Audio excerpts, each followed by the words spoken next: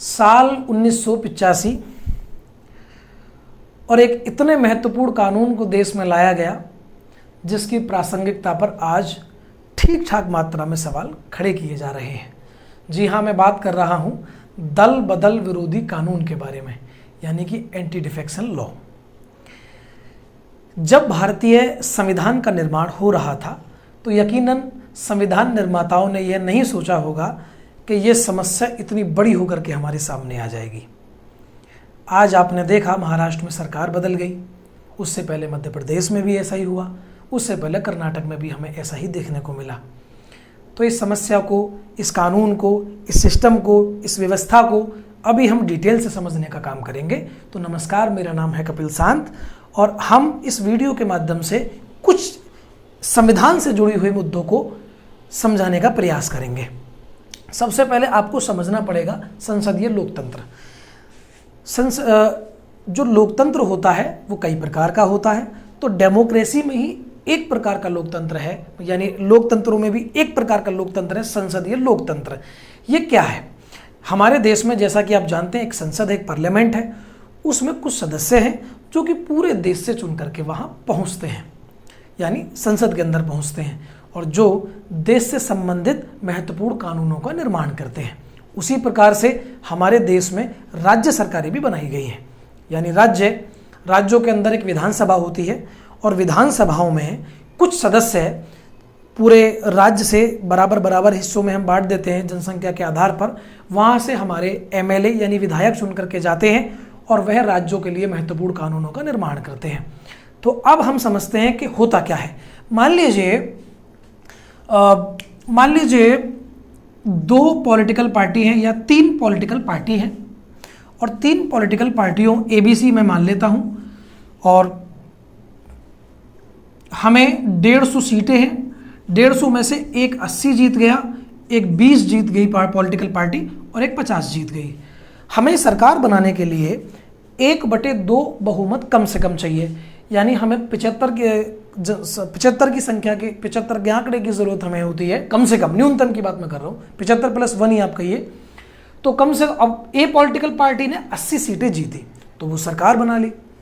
अब आप मानिए कुछ समय बाद या कुछ ऐसी घड़ी आ जाए कि इसमें से 30 विधायक टूट के सी पॉलिटिकल पार्टी में जाके जुड़ जाएं तो उनकी संख्या 80 हो जाएगी और ये ए पॉलिटिकल पार्टी की सरकार गिर जाएगी और सी की बन जाएगी। ये 1960 के दशक में बहुत देखने को मिला, 70 में भी देखने को मिला। तो और जब 1985 आया तो एक कानून हमें मजबूरी में देश में लाना पड़ा जिसका नाम था दल बदल विरोधी कानून। आप सभी जानते होंगे कि भारतीय संविधान में एक व्यवस्था की गई है, संविधान में संशोधन की व्यवस्था। तो 52वें नंबर का संविधान संशोधन अधिनियम था जो कि 1985 में लाया गया। उसमें व्यवस्था की गई, क्या व्यवस्था की गई कि अगर कोई व्यक्ति किसी पॉलिटिकल पार्टी से चुनाव जीत करके आया है, चाहे विधायक हो चाहे सांसद हो, तो अगर वह उस पॉलिटिकल पार्टी की सदस्यता को छोड़ देता है, यानी अगर कोई व्यक्ति बीजेपी या कांग्रेस से चुनाव जीत करके आया है और बाद में उस पॉलिटिकल पार्टी की सदस्यता को ही छोड़ देता है तो उस पर यह कानून लागू हो जाएगा और वह विधायक होगा तो विधायकी से और सांसद होगा तो उसकी सांसद की जो योग्यता है उससे समाप्त, मतलब यानी छीन ली जाएगी, उसका संसदीय क्षेत्र वो समाप्त कर दिया जाएगा, उसके अधिकार। दूसरा, अगर पॉलिटिकल पार्टी ये कहती है कि हमें इस चीज़ के लिए मत देना है या हमें इसके खिलाफ वोटिंग करनी है और अगर कोई पॉलिटिकल पार्टी का सदस्य यानी कि विधायक या संसद का सदस्य है उसके खिलाफ वोटिंग कर दे या जिसमें खिलाफ करने के लिए कहा गया उसके पक्ष में जाके कर दे, तो ऐसी कंडीशन में भी इस कानून के माध्यम से उस सदस्य को अयोग्य ठहरा दिया जाएगा।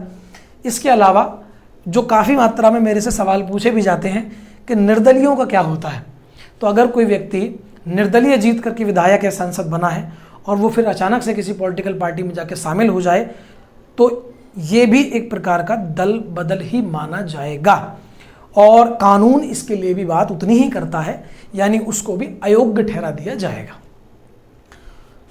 एक व्यवस्था हमें यह देखने को मिलती है। उसके बाद में एक कानून और आया 91वां संविधान संशोधन अधिनियम 2003 की मैं बात कर रहा हूं। अब इसमें एक चीज है कि मान लीजिए किसी के पास में 60 विधायक हैं और 60 में से 45 विधायक ये चाहते हैं कि हम उस पॉलिटिकल पार्टी के साथ में मिलकर सरकार बनाएं या हम अपनी पॉलिटिकल पार्टी का विलय ही उसमें कर लें। तो ऐसी कंडीशन में क्या होगा, क्योंकि विधायकों की संख्या बहुत बड़ी है, तो ऐसी कंडीशन में ये कहा गया कि अगर किसी पॉलिटिकल पार्टी के जीते हुए सदस्यों में न्यूनतम 2/3 सदस्य अगर किसी दूसरी पॉलिटिकल पार्टी में विलय के लिए समर्थन देते हैं या किसी के पक्ष में मतदान करते हैं या किसी पॉलिटिकल पार्टी को छोड़ देते हैं, तो ऐसी कंडीशन में उन विधायकों को या सांसदों को अयोग्य नहीं ठहराया जाएगा। कानून तो ये कहता है।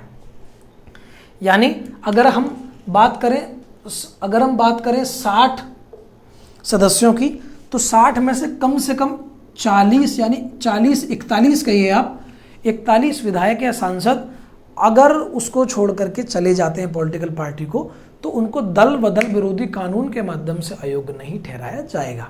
कानून ये कहता है। अब उसी प्रकार की घटना हमें महाराष्ट्र में देखने को मिली। महाराष्ट्र में क्या हुआ, जब चुनाव हुए तो आप जानते होंगे कि 288 वहां पर विधानसभा सदस्यों की संख्या है। सरकार बनाने के लिए 144 चाहिए। बीजेपी और शिवसेना दोनों साथ साथ चुनाव लड़ी थी, यानी गठबंधन से चुनाव लड़ी थी। गठबंधन भी हमारे यहाँ 2 प्रकार का होता है, संक्षिप्त में बता देता हूं। एक होता है प्री अलायंस, यानी चुनाव लड़ने से पहले ही गठबंधन कर लिया जाता है। एक होता है पोस्ट अलायंस, चुनाव में जब सीटें पर्याप्त मात्रा में किसी की नहीं आती तो बाद में फिर वो समझौता करके सरकार बनाते हैं। तो बीजेपी और शिवसेना की पहले से जुगलबंदी थी, तो 105 बीजेपी जीत करके आई और शिवसेना 56 जीत करके आई, 56।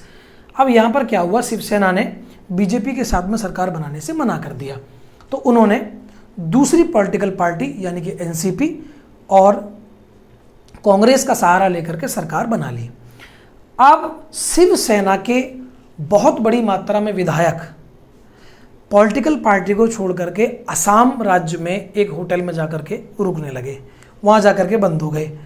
और जो महाराष्ट्र की सरकार थी, और ये विधायक इतनी बड़ी संख्या में थे, यानी कि 2/3 न्यूनतम 2/3 का आंकड़ा ठीक ठाक मात्रा में पार था। यानी कि अगर 56 के 2/3 की बात करें तो कम से कम 35 विधायक चाहिए, और इन विधायकों की संख्या 40 के आसपास थी। यानी दल बदल कानून उन पर लग नहीं रहा था।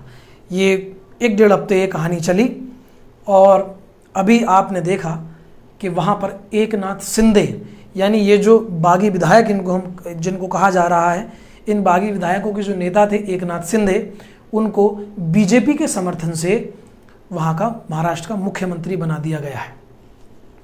तो दल बदल कानून पर अब दोबारा से सवाल उठने लगे हैं। आप द हिंदू या इंडियन एक्सप्रेस न्यूज़पेपर जब देखेंगे तो उनमें दल बदल पर चर्चा की गई है। तो एक बार हम देख लेते हैं, 1-2 चीज़ और आपको समझनी है। एक चीज़ होता है हॉर्स ट्रेडिंग। हॉर्स ट्रेडिंग क्या चीज़ होती है? देखिए, जब भी कोई विधायक एक विचारधारा से जीतता है, एक पॉलिटिकल पार्टी से जीतता है, और अचानक से उसे छोड़ के दूसरी पॉलिटिकल पार्टी में जाने की इच्छा जाहिर कर दे, तो इसके पीछे 2 ही कारण हो सकते हैं। कारण और भी हो सकते हैं, लेकिन हमारे अभी 2 महत्वपूर्ण कारण हमें समझ में आते हैं। एक, उसका स्वार्थ, दूसरा भय, तीसरा वर्तमान में जिस पॉलिटिकल पार्टी के साथ वो काम कर रहा है उससे लगातार उसके मनभेद यानी मतभेद, माफी चाहता हूं, मतभेद, उसके मतभेद लगातार बन रहे हैं। ये 3 हमें मोटी मोटी चीजें नजर आ रही हैं फिलहाल। स्वार्थ हो सकता है, भय हो सकता है, लंबे समय से चला आ रहा मतभेद हो सकता है, या अपमान हो सकता है। इसके चलते मान लीजिए वो बदलना चाह रहा है। स्वार्थ में क्या? अब स्वार्थ में अगर किसी विधायक को ये ऑफर किया जाए कि अगर आप छोड़ के आओगे तो आपको हम कुछ मनी, 5 करोड़, 10 करोड़, 1 करोड़ जो भी है, हम आपको ऑफर करेंगे, हमारी सरकार बनवा दीजिए। इस चीज़ को बोला जाता है हॉर्स ट्रेडिंग। ये वर्ड हमेशा चर्चा में जब बनता है, जब सरकारें बदलती हैं इस तरीके से। दूसरा, भय। मान लीजिए केंद्र में कोई सरकार है और वो किसी उन विधायकों को ये कहे कि आपके पास में हम CBI, ED इस तरीके की केंद्रीय संस्थाओं को लगाएंगे और आपके खिलाफ जांच पड़ताल करवाएंगे, तो अगर कोई विधायक उसे लगता है कि हाँ मैं जेल जा सकता हूँ, मैं फंस सकता हूँ, तो ऐसी कंडीशन में भी वो दूसरी पॉलिटिकल पार्टी को समर्थन देने के लिए तैयार हो जाता है। और तीसरी चीज़ मैंने आपको बताया, मतभेद। जब उसको ऐसा लगता है कि मेरे मत इस पार्टी में नहीं लग रहे हैं, अपने आप को घुटित महसूस करता है, तो वो यकीनन दूसरी पॉलिटिकल पार्टी में जाने का प्रयास करता है। अब हम ये समझते हैं कि जनता क्या करे, जनता ने क्या किया और जनता क्या करे। और एक और चीज़ हम समझेंगे, फ़ायदा। चूँकि इसके प्रासंगिकता पर बड़ा सवाल खड़ा हो रहा है और इसी प्रासंगिकता के साथ में इस वीडियो का समापन भी हो जाएगा। पहली चीज़, इस दल बदल कानून का कुछ फ़ायदा रहा? तो हाँ, यकीनन इस दल बदल कानून का फ़ायदा रहा। क्यों रहा? क्योंकि बड़ी मात्रा में अगर विधायक या सांसद किसी पॉलिटिकल पार्टी को छोड़ के जा रहे हैं या उसके खिलाफ में मत दे रहे हैं, तो ये कहीं ना कहीं एक प्रकार की सकारात्मक चीज़ को भी दिखाता है। कुछ लोग इसको भी नेगेटिव बताते हैं, लेकिन इसको हम एक चीज़ देख सकते हैं कि अगर एक सिंगल आदमी या 2 या 3 आदमी उसको छोड़ करके जाते हैं तो उनके निजी स्वार्थ हो सकते हैं, यानी या उनके मतभेद हो सकते हैं। लेकिन अगर बड़ी मात्रा में अगर विधायक या सांसद किसी पॉलिटिकल पार्टी को छोड़ करके जा रहे हैं, तो हो सकता है उस पॉलिटिकल पार्टी से वह असंतुष्ट हों या उसकी नीति या विचारधारा से वो असंतुष्ट हों और उस पर भी क्वेश्चन मार्क लगता है। तो महाराष्ट्र में क्या हुआ, दल बदल कानून क्या होता है, ये सारी चीज़ें हमने अभी ठीक ठाक तरीके से समझ ली हैं और यकीनन आपके मन में जो भी सवाल होंगे उनके जवाब भी आपको मिल गए होंगे। अगर उसके बाद में भी अगर आपको कोई भी किसी भी चीज़ को लेकर के डाउट होता है तो आप कमेंट बॉक्स में भी सवाल छोड़ सकते हो। मैं प्रयास करूँगा उनके सवालों के जवाब आपको देने के। धन्यवाद, नमस्कार।